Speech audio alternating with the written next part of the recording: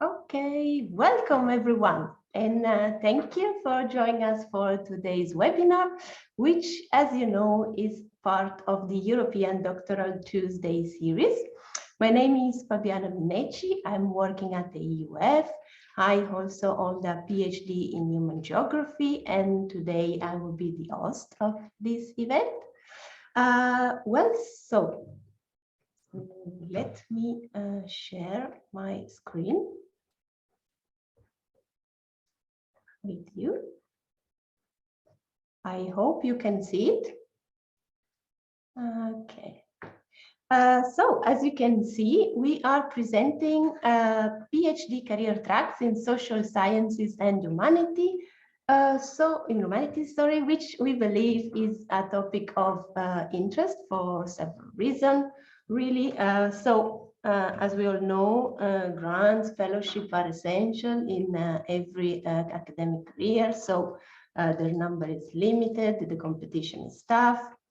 This means that we believe it's important for PhD candidates to have a clear idea of their careers opportunities, particularly those in the social sciences, because these are fields where somehow the transition to different sectors or non-academic sectors is somehow less fluid. So that said, the first objective of this webinar is to offer you some insight of a possible way to manage your career within and outside academia. So we will start by promoting the advantages of interdisciplinarity and including some meaningful example of this collaboration. Then we will move to career option outside academia, more specifically on industry-driven opportunities. And finally, we will have we will know more about the relevance of mobility for early stage researchers and provided you an updated overview of the mobility schemes or individual fellowships available at the European level. Just a little reminder before I introduce our speakers to you, please mute your microphone if possible and turn off your camera. A third remark is that, of course, you are very welcome to interact with us today. Of course, this is one of the main objectives of this kind of event, so please, you are just kindly invited to type your question in the Q&A box. Please do not use the chat box if possible.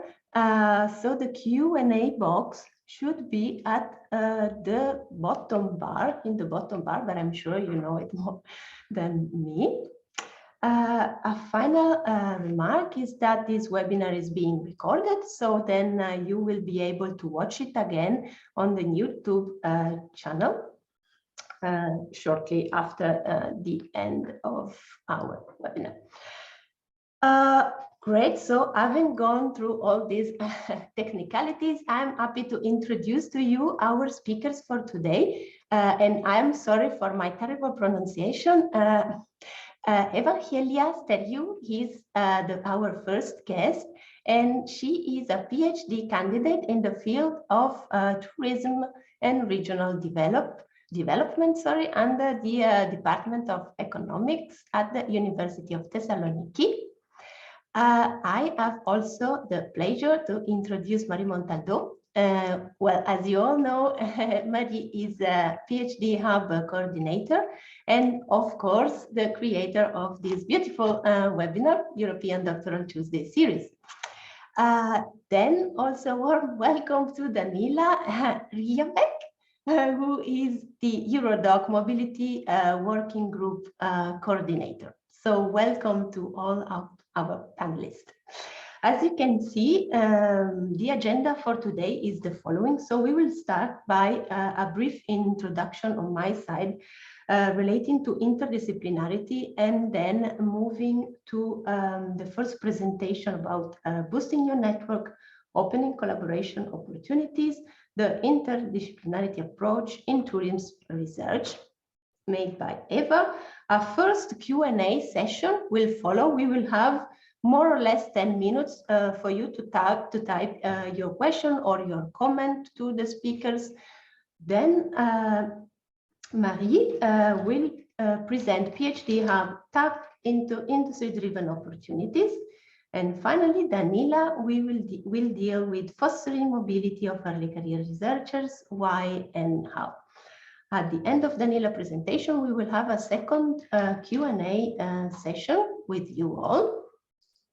And then we will move to the conclusion and the closing. So that's all. And all right, let's get started. Dealing with interdisciplinarity, is somehow best understood as a collaboration among across two or more disciplines into a sort of a new level of integration, which means that boundaries start to break down. But it is also a way to overcome differences and, let's say, obstacles between different fields. So why is interdisciplinary desirable? Well, in broad terms, it is to address issues of general concern, like, for example, and here I just put two I'm more familiar with, migration and climate change, to develop some kind of aware citizenship and foster critical knowledge above this topic. So since these are complex challenges that society is facing, of course, the solution needs to be somehow complex. Well, in that sense, integrating insights from multiple disciplines is essential. And social sciences and humanities have a vital role in generating, a sort of background, insight into economic, social, legal condition that then influence the implementation of the solutions.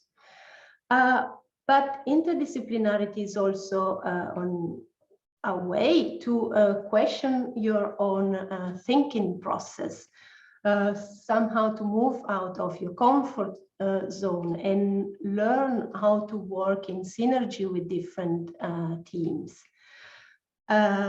Also a way to apply the knowledge you gain to deepen learning experience. This also means that since the same topic can be approached in several ways, using different perspectives and is a way to acquire new methods and new technique. Well, then on a more practical level, as you know, the career structure of academia looks more or less like this pyramid here, consisting of a higher number of early stage researchers at the top, a lower number of stable or senior position. So given a bit this situation, it is important, we believe, to have in front of you a clear picture of the career options, since well, I don't think it's a secret, unfortunately, a large number of PhD holders then will have to find an employment in a different sector, so public, private, what is so-called the industry sector.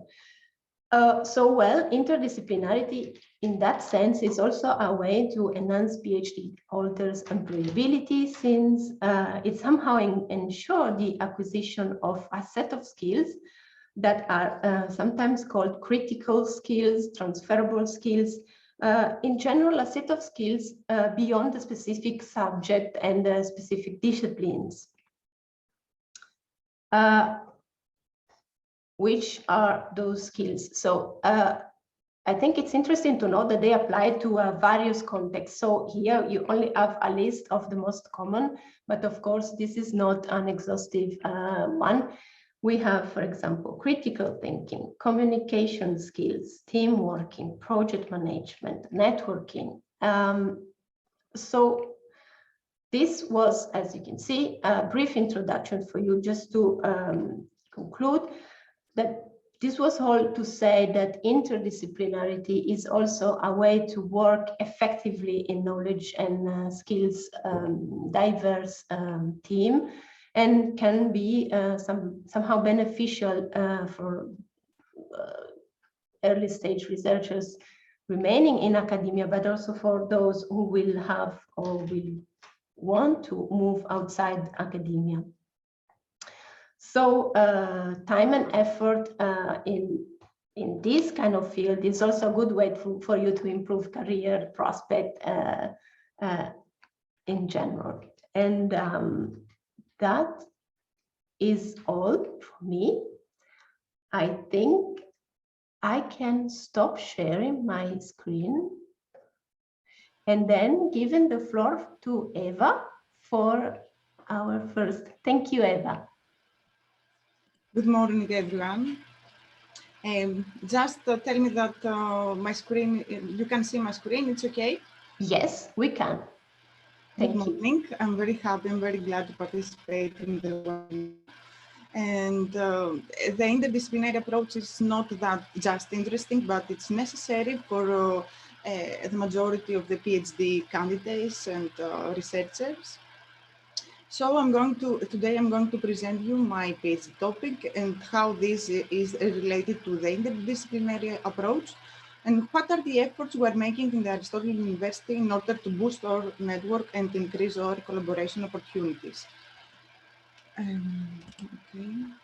Few words about the tourism. It's a complex phenomenon with great socioeconomic importance.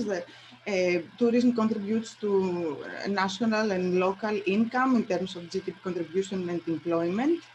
It's one of the fastest growing sectors in the world and has never faced downturn except this time of pandemic, where the arrivals and tourism income has fallen dramatically.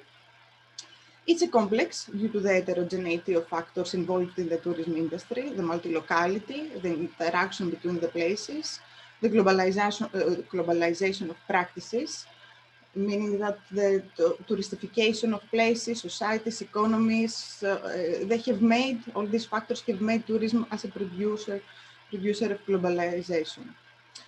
In order to have a deep insight in tourism research, we have to take into account all the dimensions involved: historical, spatial, cultural, social, political.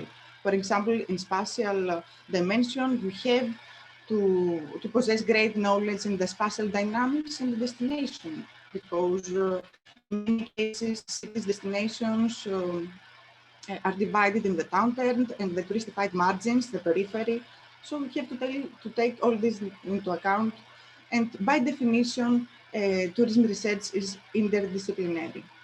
The process of the dialogue between the different disciplines mobilizes and combines different expertise and tools while retaining an openness to other disciplines. Of course, the different disciplinaries are complementary, and this is the only way to create added value to our research. And you can see in these two maps the impact, the tourism economic impact in the European countries, in the left map, and in the right map, you can see the contribution of tourism in the Greek regions. We can see that in the Mediterranean region, most of the countries are most dependent on tourism, and especially for Greece. Sorry for this, I couldn't find a better map. We can see with the dark color the regions that are mostly dependent on tourism. It's the region of Central Macedonia with Halkidiki destination, and the Greek islands, the region of Southern Aegean.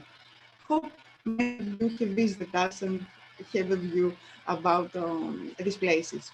So we have a great, as a country in Greece, we have a great dependence on tourism. This is why the research in tourism field is interesting and popular, and it creates increased knowledge in the field. And my PhD topic is related to tourism and regional development. So I empirically try to examine the relationship between the regional tourism specialization and the vulnerability among the Greek 13 regions. The more a region is dependent, specialized on tourism, the more vulnerable it becomes in times of crisis, like this period where we are hit by the pandemic. So I'm trying to find this relationship, and when having an insight on the vulnerability, we can also have an insight of the mechanism of the crisis, and we can determine what are the resilience capacity of the regions, which is the ability to overcome this crisis and to adapt in the new environment. And this is the main philosophy. This is a simplified type. It's quite simplified. I made this simplified, in order to have a view how the vulnerability is associated positively with the specialization of and the sensitivity of a region, and negatively with the adaptability. The adaptability is the second objective of my PhD. Actually, I'm trying to find an answer in the question of which way can a region can be more resilient, can be more adaptive to the changes from external factors that can incur.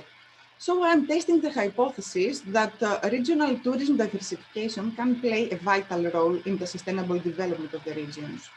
Because the patterns of the tourism diversification products, and to make it this clear, I'm talking about the alternative types of tourism, cultural, religious, adventurous tourism, how these patterns are quite different from the patterns in mass tourism. They can have another distribution in the regional income, they play another role in the social inclusion of the local people living in the touristic areas. So I test this hypothesis, how when we establish tourism diversification, whether we can increase the resilience of a region. In order to, by definition, you can say that it is an interdisciplinary topic. We have to combine different fields of expertise and scientific fields. And although in the university, I am in the Aristotle University of Thessaloniki, we have all the departments, and we have there is a great potential of collaboration between the different departments of the university. However, we have not established the anyway, the framework to, and most of all the funding to proceed with this interdisciplinary research. So the main way of implementing and funding our research is through European projects. I participate in 3 projects related to tourism, and another one which is PhD Hub. You know, I'm sure that you are well aware of. And I will present you 2 examples. How can this project can facilitate, can foster interdisciplinary collaboration and research. In PhD Hub, we had some activities where I participated in. We had 2 hackathons. The first one was an international, so we had the chance to collaborate with PhD candidates from other European universities and to work on ideas, innovative ideas. It was quite interesting. I was not that lucky because our proposal it was about cost efficiency transportation, which deviates to a great extent from my field. But anyway, it's quite interesting, and I realized how important was to have the perspective of other disciplines. Another activity which was organized locally was our hackathon.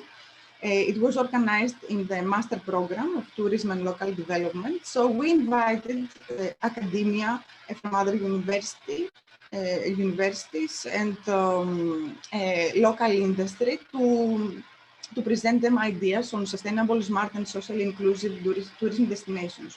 Our challenge was to make proposals about the new concept in our town and the creation of a metropolitan park and how this could be smart and socially inclusive.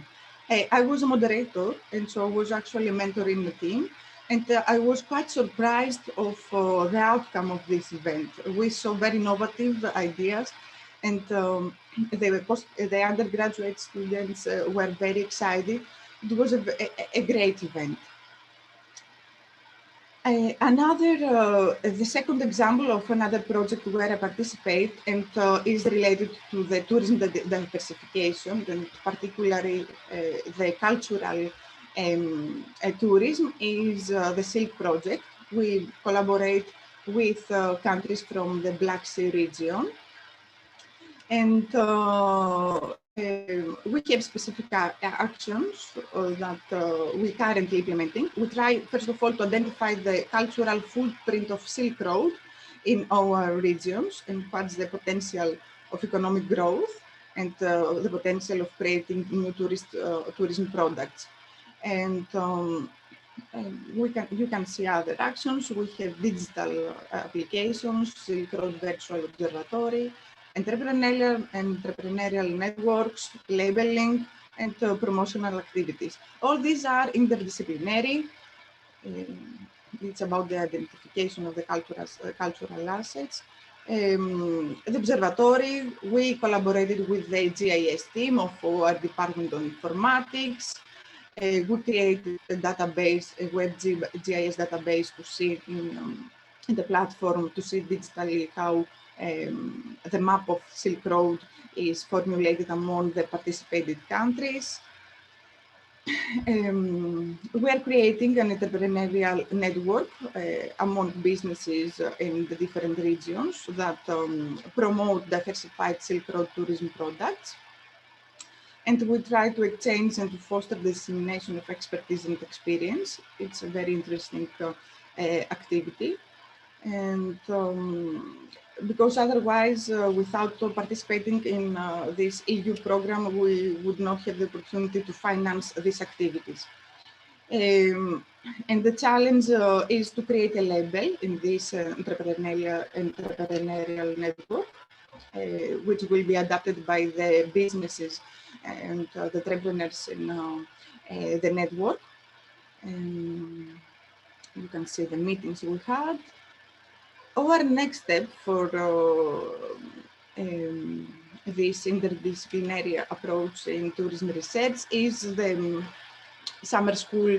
We are planning to organize, maybe I have a question mark in the year due to the pandemic, maybe the next year. We want to establish a summer school on sustainable tourism development and Silk Road cultural heritage, which will be in collaboration with the European Interdisciplinary Silk Road Tourism Center.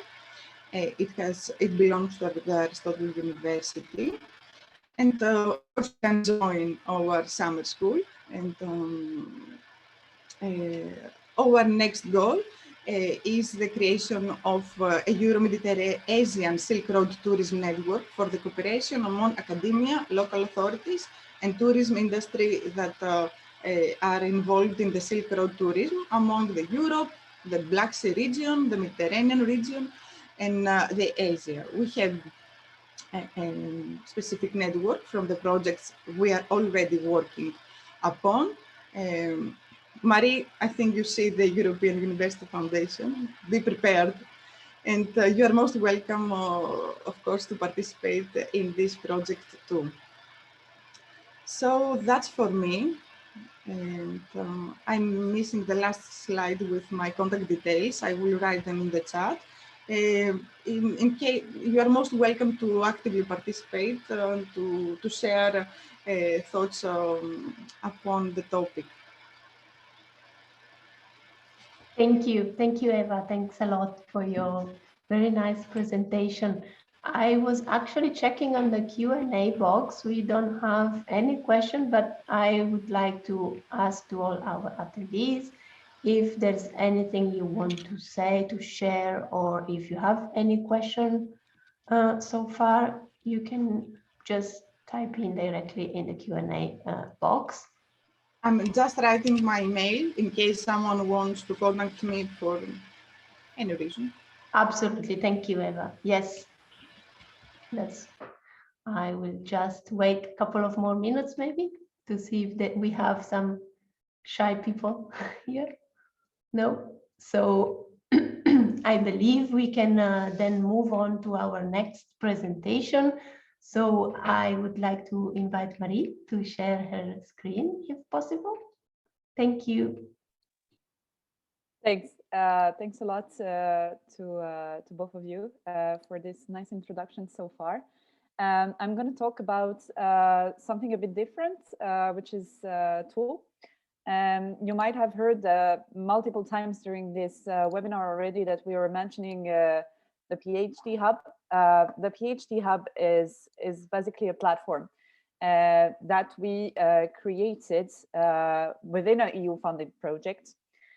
So I will give you a quick overview of what opportunities and what benefits it could bring you as a PhD candidate, and how you can use it to, well, boost your employability and make sure that even in, less applicable fields of science, you can find application within the non-academic sector and the society at large. So having an impact as well in this sense. So Fabiana already introduced me, but I will just say a few words about myself as well. I've been working for the European University Foundation as a project manager. I'm managing this PhD Hub, which is an EU project funded under the Erasmus Plus program. Some of you might know that the Erasmus Plus program is actually more than just mobilities, and you can create and develop EU projects with university across Europe, as well as with non-academic partners. And this is basically what our platform and this project was about.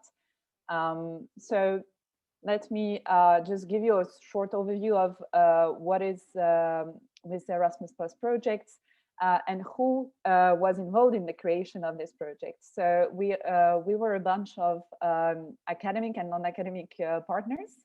As you can see, some of them were small, some of them were large organizations, but altogether we aimed at bringing together PhD candidates, academic and non-academic partners to create this innovation ecosystem where research can open to new opportunities.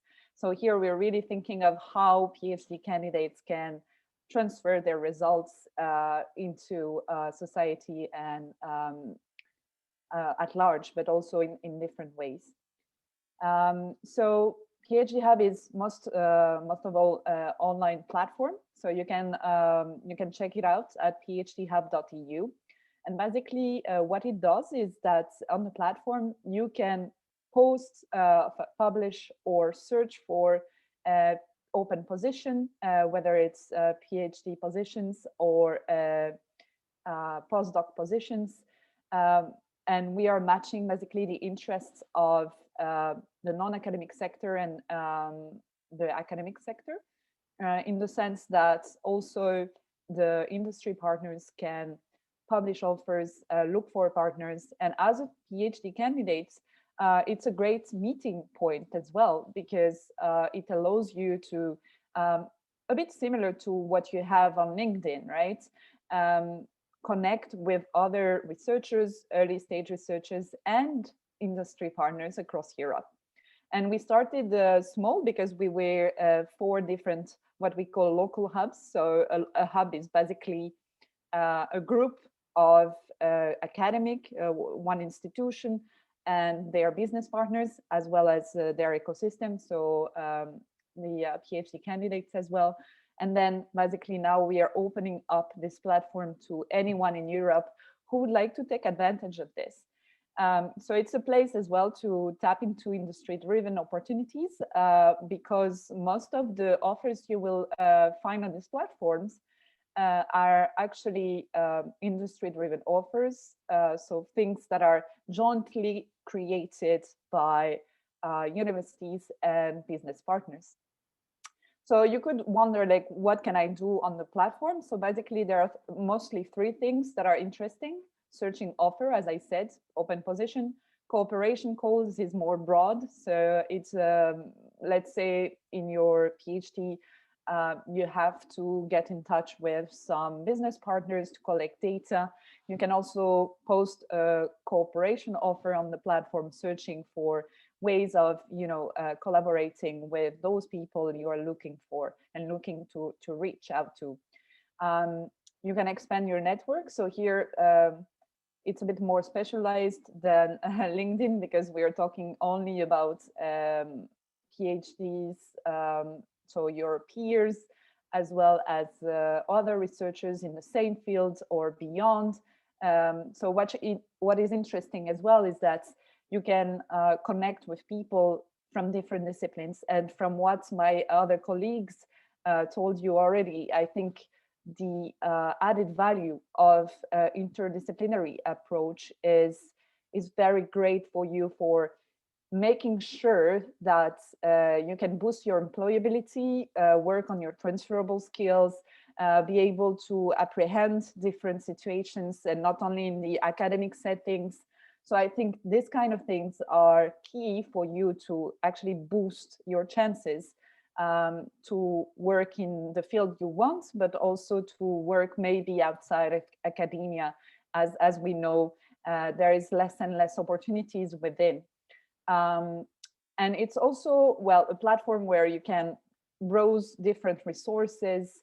Let's say you're interested in collaborating with businesses, but you don't really know how.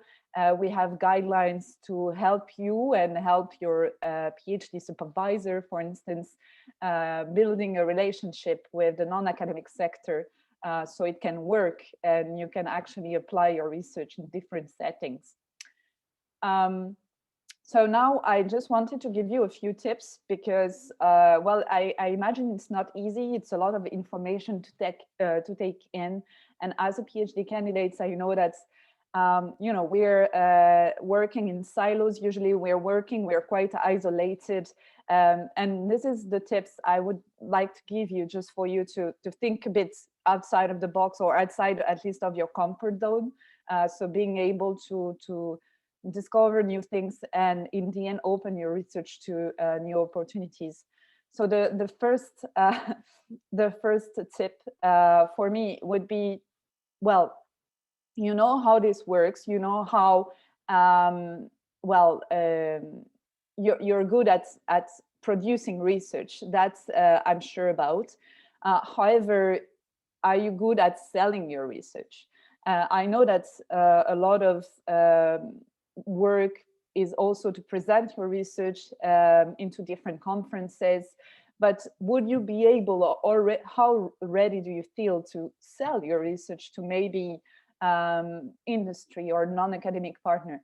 So I think it's a good exercise, even if you don't plan to, necessarily sell it, but it's a good exercise to think in those terms and more like prepare a pitch in which you can lay down the most interesting facts about your PhD thesis, a bit similar to those competitions you can see where you have to pitch your thesis in 2 or 3 minutes. But having in mind, like the very, in a very impactful manner, presenting, what is interesting and what makes your research unique, I think is your value proposition. And this is something you can also transfer in different ways. So just having this kind of exercise, even if you don't necessarily use it right away, will also make you understand a bit more how you can apply your research in different ways. So I think I would encourage you to do so. It shouldn't take a lot of time, but it will greatly benefit you in the future for sure. My other tip would be to, well, as Eva presented, I think it's very good to join different events where it's not necessarily just academia there, but also the non-academic sector. So the hack she presented, those are great opportunities for PhD candidates to also, broaden your horizons and help you gain valuable practical experience, where you can also get in touch with other PhD candidates from different disciplines and you can network. So here again, the networking part, I think, is one of the most interesting and one of the few things that academia doesn't really push you to do, except in your own discipline, right? So kind of, I want to encourage you to do so for your own, because it will bring you an added value again. And being able to, for instance, pitch your idea could be also a great way to, initiate discussion with other peers and non-academic partners and just network. So go for it. I think this would also bring you so much added value. The third tip is, well, Fabiana mentioned it in the beginning. I think transferable skills are key to be able to actually offer something to the labor market that is not only research. I think what is important is that from the different discussions we had with our business partners and with other business partners, it seems that those skills, which are communication skills, project management, you already have them. As a PhD candidate, you have to create a plan for your PhD thesis. You have also to present it in conferences. So all these skills you already have. It's just to make sure that you can build on this and you can actually sell it as well, again, on a more at a different scale, at a different level. So it will make you more employable to know what are those skills and what you can offer, but also it will help you grow on a personal level. And for this specific aspect, I know that Eurodoc, for instance, they had released a nice summary of what are the key transferable skills for early stage researchers. So I invite you, I will put the reference if you want to have a look at it in the chat box. And speaking of this, you will be able as well to see that on the PhD Hub platform, we are developing open courses. So it's still something in progress. So for now, it's not ready yet. But the idea is really to also offer you for free courses on transferable skills to boost also your employability in this sense. And my last my last tip is that I think as social science and humanity researchers, again, I want to tell you, embrace interdisciplinarity. I think this would, in so many ways, bring you benefits. It will also boost your creativity. It can also support your mental health. When you think of all that is happening at the moment, we think also that researchers that are already kind of isolated in normal times are even more isolated because we don't have the support structures anymore. So I'm really encouraging you to use maybe, what the ICTS have brought us, those tools that can maybe put you in touch with the right people, so you can go forward and benefit from it. So my very last slide is just to encourage you to check it out, to check this platform that we have created. It's at phdhub.eu. It's totally free for you to create your account and to use it, to publish offer. We really make sure that this is accessible and open to all the PhD candidates and early stage researchers that need that. So really check it out. And if you have any questions, I will be pleased to answer them right away, or you can contact me, and you can see in the screen now my contact details.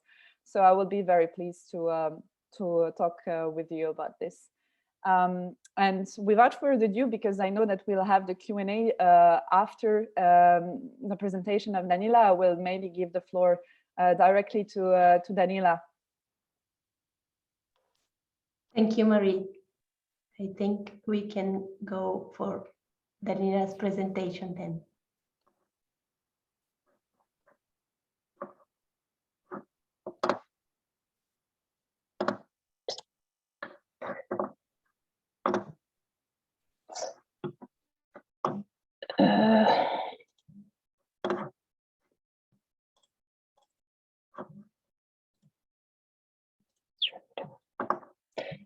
Okay, I think I managed everything. Can you please confirm that you see my screen? Yes. Yes, that's perfect. Okay, so good morning. Hello, everybody. My name is Daniela Riavets. Thank you very much for your invitation. I'm very happy to be here today to present on behalf of Eurodoc. My name is Daniela Riavets, as I said, and I'm a coordinator of the mobility working group within the Eurodoc. I will divide my presentation briefly to two parts, why and then how. So why and how fostering mobility, why promote mobility. And so the first part will talk about what are the effects basically, and the second one we'll talk about what are the funding opportunities, especially for early career researchers. So why? So fostering geographical mobility on the individual levels enables a wide and balanced circulation of talent.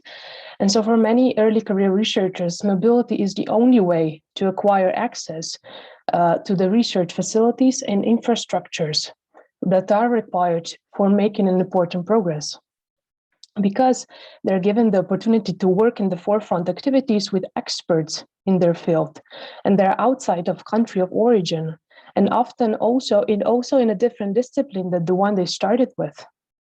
In addition, while acquiring scientific knowledge without borders and constraints, their work becomes significantly more visible. But the benefits of mobility, however, go far beyond that. So in the integration in the multinational and multicultural environment typically leads to early scientific maturity and independence. The researchers learn to be flexible, open-minded, and they learn to easily adapt to new situations and the global structures. And those are the skills that will be useful in any work environment. So it comes as no surprise that, therefore, that the vast majority of researchers have declared that the impact of international training schemes on their career has been significantly positive, and that it will eventually enhance their future career prospects. And this graph represents several possible effects where mobile researchers have declared their observations. The effect can be broadly divided in 5 groups. So output effects, career-related effects, financial effects, network effects, and then of course also the personal effects. So the output effects refer to the quantity and quality of output, the number of co-authored publications, and the research skills. The career-related effects relate to career progression, job option in academia, and then also the job options outside academia. The financial effects obviously go as the progression in salary and financial conditions, then go to the ability to obtain competitive research funding for basic research. Then the fourth group, as I said, is the network effect. So this category goes for different aspects related to the collaboration with other subfields of research, national and international contacts, and then recognition in the research community, which is very important, obviously. and then the personal effects, which varies among researchers as well. So the high effects on research career can be observed among all the listed groups. So there are no hesitations on focusing on geographical mobilities, but there tend to be less focus on intersectional mobilities, which broadly speaking refer to all possible bridges between industry, university, and then other sectors of employment. It means the physical mobility of researchers from one sector to another, where the researchers act as knowledge brokers between academia and then other sectors of society. So the intersectoral mobility is not a goal in itself, but it's one of the many methods towards obtaining better knowledge exchange, acquiring a wider set of research-related skills, and better matching academic research results to the needs outside of the academia, and of course, the application of the potential. So the policy initiatives focused on intersectional mobilities are strongly linked to other policy areas and therefore resonate through the entire innovation system. So for example, fostering intersectional mobility of researchers has triggered the new methods of research training and development, making research better suited for the challenges of the current labor market. It has fostered research collaboration, continues to build sufficient critical mass, intensifies research and development activity in particular areas.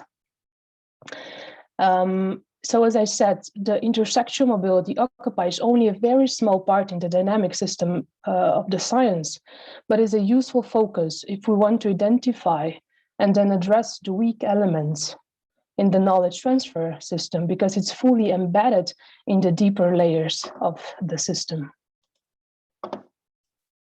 Okay, so this was the why, and then I'm moving to the how part.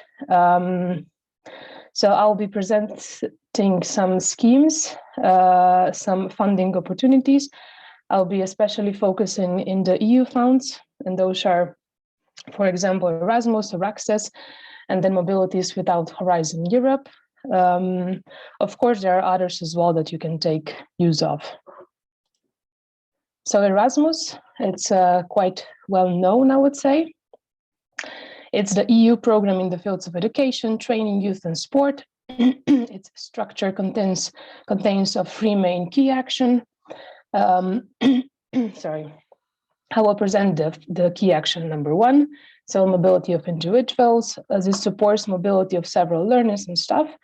And among them, early career researchers can candidate for funding program from 2 to 12 months, or even for a shorter period within the Erasmus Plus program countries. And of course, there are several options to do that. If you're a student, you can candidate for a mobility of study or internship. That's the eligibility period from 2 to 12 months, or then shorter, as I said, from 5 to 30 days. This is a new thing within the new program. And further, if you're employed by the higher education institution, you can also candidate for teacher or staff training mobility. The funding is different from the country and then to the country where you go, but it goes per month like 200 to 600 per month. That's the main budget. And then also there are some additional funding for some specific groups of students, for example, students with fewer opportunities. Then we have Erasmus platform, which is a unique pan-European initiative delivering information and support services to professional researchers. It supports research mobility and career development while enhancing scientific collaboration between Europe and then also the world. And then as a researcher, you can find many open positions, you can find funding opportunities, and you can get the free assistance where moving countries for work. And further, Erasmus as a talent portal is also a tool to support the quality and the promotion of intersectoral mobility schemes. So the portal is very useful. Then I'm moving to Horizon Europe, which is also very known, I would say. And then the structure of this research innovation program has 3 pillars that are focusing on excellent science, on global challenges in European industrial competitiveness, and then innovative Europe. And is supported by overarching activities that widen and strengthen the impact. So the new program builds on the successes of the old program, so the Horizon 2020. I won't go into details, but just to give you guidelines that roughly speaking, there are 2 schemes that can be of use to you. And the first, those are the Marie Skłodowska-Curie actions and the funding within the European Research Council. So Marie Skłodowska-Curie action focus on development of research careers, not only through the mobility, but also by supporting excellent research and strong intersectoral cooperation. It supports researchers at any stage of the career and from any country, focusing on their training and career development. The program will continue to fund 2 actions that are especially appropriate for the early career researchers, and those are doctoral networks and postdoctoral fellowships. So the first one, doctoral networks, support the development of doctoral programs with initiatives for industrial and collaborative doctoral studies with the aim of increasing the attractiveness and excellence of doctoral education in Europe and beyond. And the target group for this network are doctoral candidates, specifically to build on their research-related and transferable skills, to broaden their career perspectives, and to adopt innovation-oriented thinking. So if you're interested, you may apply to an open position within an established network and may be funded up to 36 months with the possibility of also secondments.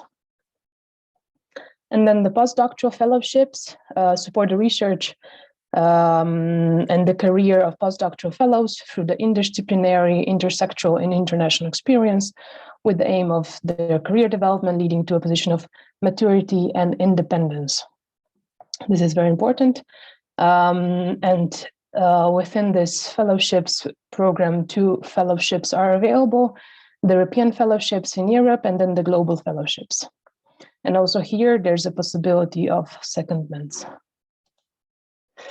And then the last scheme I will present is the European Research Council, which is the first pan-European funding body that supports frontier research by funding the best and the most creative scientists in each research area. It aims to strengthen new and or fast-growing research fields and subsequently allows these areas to stay in the forefront in the world of growing scientists, scientific and technological competition. As you can see, there are several grant options. Among these, the starting grants are the most suitable for early career researchers, which are available to those between 2 or 7 years after the completion of the doctoral studies, and they can fund up to 1.5 million for a period of 5 years. So the value for the early career researchers participating in any mobility schemes lays in its fantastic opportunity for career advancement.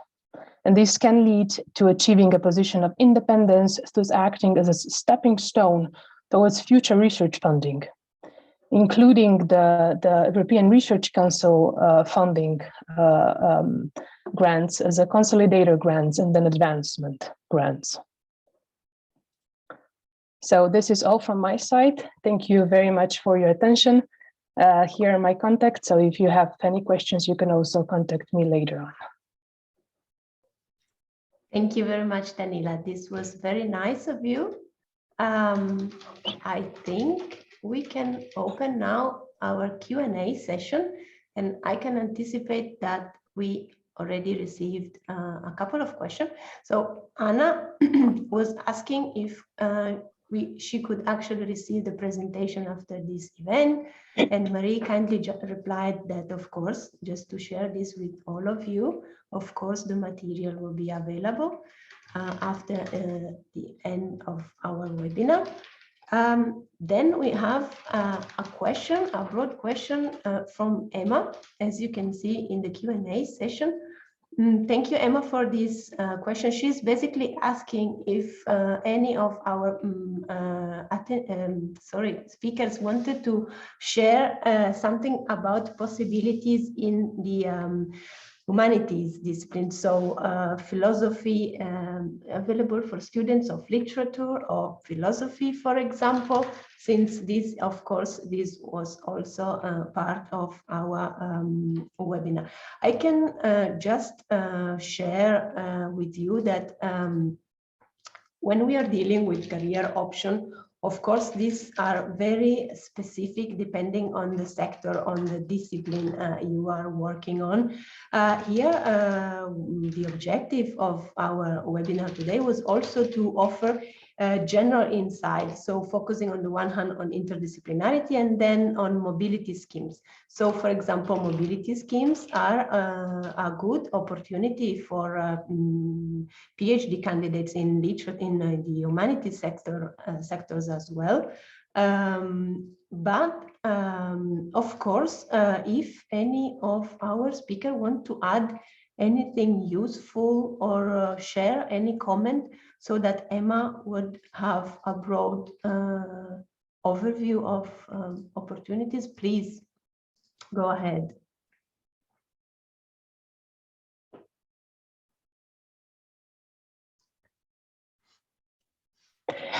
Perhaps I can add with my part. So within my presentation, I was not limited to any field. So everything that I presented is, so of course, available within your field. Thank you very much, Danila. Do we have any question? Any other question? I cannot see any other question on the Q&A box, but perhaps our participant want to share something, comment.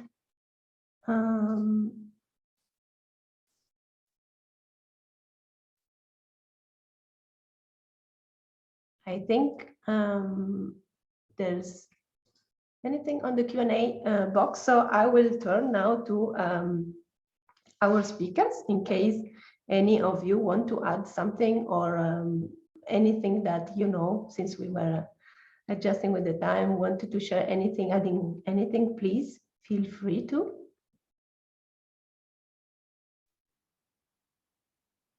Well, actually, I do have a question maybe for Danila or for Eva, just to know, because you both were PhD candidates.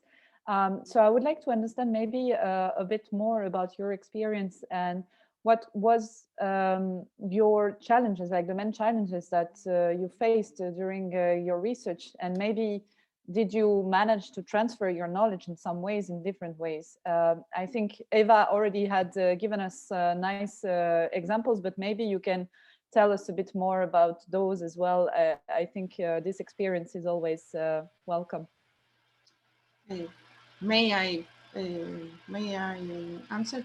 The most difficult part from my personal experience was to find the funding to apply research, you know, to focus on my research and not to worry about all this stuff. And actually, this is the most challenging part because it's okay, we have to deal with this. And especially in Greece, there are not many opportunities, and the industry, it's not able, due to all this situation and environment of economic crisis, the industry is not able to finance early career researchers, and in order to, you know, to collaborate and to make, to have mutual benefits. It's very difficult. So the most challenging part is to find the financing for your research. In my case, we have we're seeking for funding from the European programs, and that I presented two examples.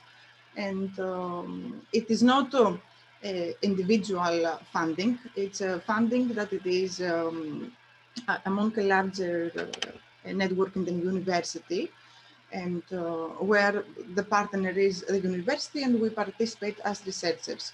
And we're seeking about funding in indirect programs and Erasmus Plus programs and all this, that if you are not aware, and I think it worth looking for this funding, and you can contact me if you need any assistance on this. And so that was the main problem, Marie. But okay, there are many solutions, but you need to make some efforts in order to search in the right place and to seek for the right opportunities. Thank you. Thanks Maybe a lot. in other countries, I don't know, the participants can share their experiences. Maybe in other countries, it's more easy to establish a collaboration between industry and academia. Maybe, I guess it's easier. I mean, the industry to finance the research of early researchers. But in Greece, this is the main difficulty. Thank you. Not that romantic, but it's the truth. Okay. Down to earth. We have to apply research, you have to be down to earth, okay, in Greece. It's true. We have to be realistic. That's very true. So I wanted to ask to Danila if you want to share something on this. Sure. Perhaps I can add some challenges connected with the mobility, because that's a part of my presentation. So perhaps I can share some personal challenges connected with going on the mobility, or like going to more mobilities that I actually did. So what I found as a challenge was, of course, the time management, and then the lack of time connected to it. So as a researcher, and then as a doctoral candidate, and then also as a fact of being employed and some other position, then of course you lack the time. And then that's the reason that it's also harder to go for a long period mobilities abroad, because you're connected to the job contract and to all the project that are linked with the doctoral position. So that's the main challenge that was there. And also due to COVID, most of the mobilities were limited in this period. So this is also a huge effect on the researchers. That's very true, Danila. Yes, thank you very much. I think we have a question. Maybe you would like to answer to this one, Danila, as well, from Svetlana. So Svetlana is asking if there are any changes in the Erasmus Plus program. I will leave you the floor if you can share with us any comment to help Svetlana. I don't know if you can see the question, but I can. Okay. I see it. I'm just reading it. Of course, a few minutes to gather your thoughts. That's normal. So yeah, so the Erasmus program is limited to the funding months for each cycle. So basically, it's not connected with the person that goes on the mobility, but it's, I mean, also as well, but it's more connected to the cycle that this student is in. So for example, you are mentioning the combination between master studies and PhD studies. That is not connected. So you are eligible for 12 months of funding on each cycle that you're in. So for example, you were eligible for 12 months within master studies to use it like in any form that you liked. And then now, if you're a PhD candidate, then you're again eligible to use 20 months more. So And then you can use this 12 months as a combination. You can go for, I don't know, internship, you can go for study mobility. And also note that within the new Erasmus program, there's a new specter for doctoral mobilities. So there are also there's a possibility for shorter mobilities. So you can be funded from 5 to 30 days, which is very good for doctoral candidates. Thank you very much, Daniela. I am waiting. Maybe someone else want to add something in Q&A box. Otherwise, I would like to ask to you, Daniela and Eva, sorry, if perhaps you managed to think of your career path even during your PhD, or if, sorry.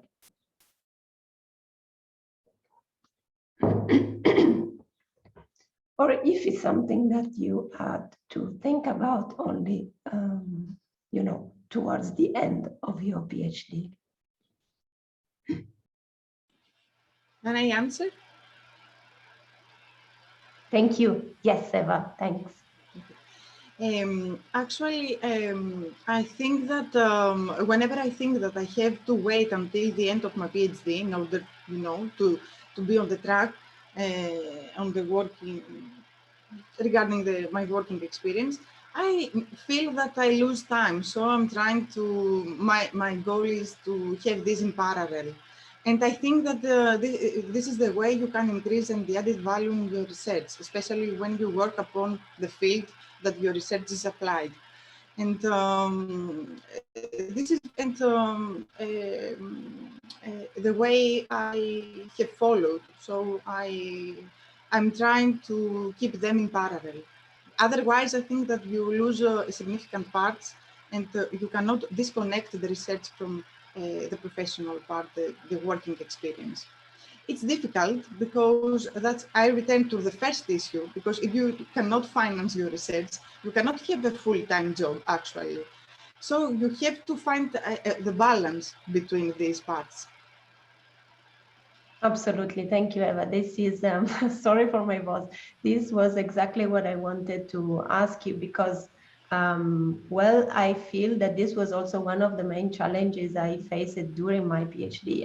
As you said, it was difficult to balance, to combine the two things. But as you said, it's really important. It's something that sometimes slip out of our mind, but because we are so focused on our PhD, on finishing our PhD, or publishing, and all this, you know, everyday routine, that we tend to miss that in parallel, as you say, we also have to think about our careers and possible opportunities. So yes, I don't know if Daniela wanted to. You may end up exhausted, but I think that you have to do this to keep to have the links with the industry, with the actual working environment. Absolutely. Yes, I couldn't agree more, honestly. I don't know if Daniela wanted to share something. Yeah, perhaps just that I strongly agree with what you both said. It's of one of the key importance to plan your career during your PhD studies, which makes it, of course, difficult and also very challenging, and can have effects also in other spheres as well. But it's very important, and it's in here. I think it's a very key aspect to have a very good mentor and supervisor to guide you through those challenges. Yes, thank you, Daniela. That's also very true. I couldn't agree more. It's definitely something to, you know, sometimes we need to push a little bit our supervisor, because of course they have a super busy schedule. They cannot really pay attention to all of our questions, but I think it's really good. And if they could help us or guide through, or, you know, for some guidelines, or even offer us some help in terms of network, because as you both said, this is a vital part of, and Marie also pointed out this, It's vital. We need to let people know what we are doing, even outside, to broaden our network. If we cannot feel that this is something difficult for us alone, well, please contact your supervisor or postdoc or more senior people, because again, this is relevant in the future, I believe. Thanks a lot for this. I think we have a question from Judita. If I'm not wrong, this is also related, I think, mainly for you, Danila, related to mobility program. Which program is the shortest? Also, what about online opportunities? I don't know if I'm saying Anila, but actually this is really open. So if anyone wanted to say something. Yeah. So looking at the mobility opportunities or the funding schemes, I would say that Erasmus is still the shortest and let's say the easier to approach. It also the new program also offers the blended mobilities, so you can adapt like the physical mobility and then combine it with the online mobility as well. Of course, you can search within the Eraxes for some short programs, but usually those are like longer term positions. But it's like in a platform where different options are published. So perhaps you can find shorter programs as well. But yeah, to answer short, Erasmus, it's perhaps the shortest. Thank you, Danila. Yeah, and just to add on top of what Danila said, well, she rightly said that there is now more opportunities in the Erasmus Plus program with short-term mobilities, blended mobilities, where you have an online and offline component to the mobility. And I know that in some universities, for instance, because sometimes it's harder to get mobilities for studies, I know that in some university PhD candidates are also eligible for applying for staff mobilities. Which are usually a few days as well, and can be about a month, if I'm not mistaken. So also, if you check with your international relation office, usually they will be able to point at the different options that they have for you and the way you can maybe apply to them. So they will support you in that. And that all universities should have proper support services for that. So you don't feel too left alone, let's say. That's very true. Thank you, Marie. That's very relevant. I forgot to mention that, of course, reaching out to offices is something really important to do, and to get information, of to have, you know, any sort of possible guidance in this. You are not alone. I think this is something we all share. I'm just looking at the Q&A. Sorry again. Sorry, I was muted. Fabiana, you must admit, you have coronavirus is a problem. Yes, it's difficult sometimes. Hopefully not. No, I can assure you that I'm going to. But it's very true. This is something that happens quite often, and it's bothering me, to be honest. Sorry for that. Yes, so I think we don't have any further question. So I don't know if you wanted to share with us anything else.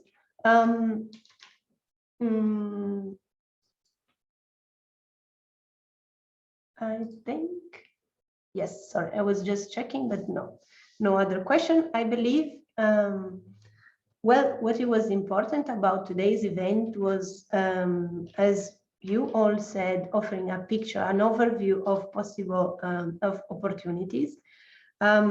As mentioned, it is very difficult to offer practical tools or insight into how to find specific job opportunities, because within social sciences and humanities, we have so many disciplines, and it would be a bit complicated to offer this kind of specific guidance. But what we really wanted to do today was to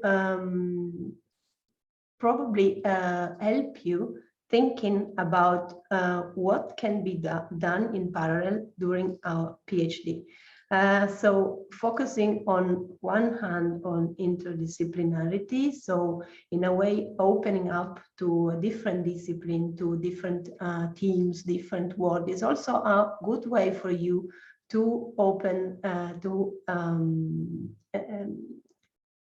enlarge your network, because we suspect that as a PhD student, our network tend to be quite close, and this is unfortunately a limit in your future career, both within and outside academia. So really taking part in an event, webinar, conference, share the result, the finding of your even preliminary result, finding of your PhD research. It's very, very important here. Then we focused on the mobility schemes because as and individual fellowship, because as Danila mentioned, geographical mobility is very relevant in in this specific moment. We cannot think of good research, research output if we only focus on our own garden, if we only look at how things are done in our university. It is vital that people in every field try to move and to see how the same topic can be done in different university, in different higher education institution. It will really open up to a new world. Also, it is again to stress what mentioned before, a way for you to know more people. I know, as Eva and Danila mentioned before, this is something difficult maybe at the beginning because we are so overwhelmed, too many things to do, but we really encourage you to think about that before the end of your PhD, because otherwise you will need sometimes to adjust at the end of it, and somehow losing a little bit of time in this sense. So I will just take a look at our Q&A. I don't think we have any other question from our audience.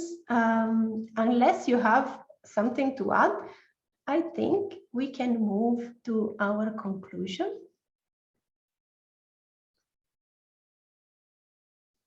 Okay, so I think we can wrap up this webinar. It was a great pleasure for me to host it today, and I hope we gave some food for thought. At least I hope you can all agree with me. It was a very interesting opportunity also because we had experiences in different contexts, in different countries, which was also one of the objectives of it.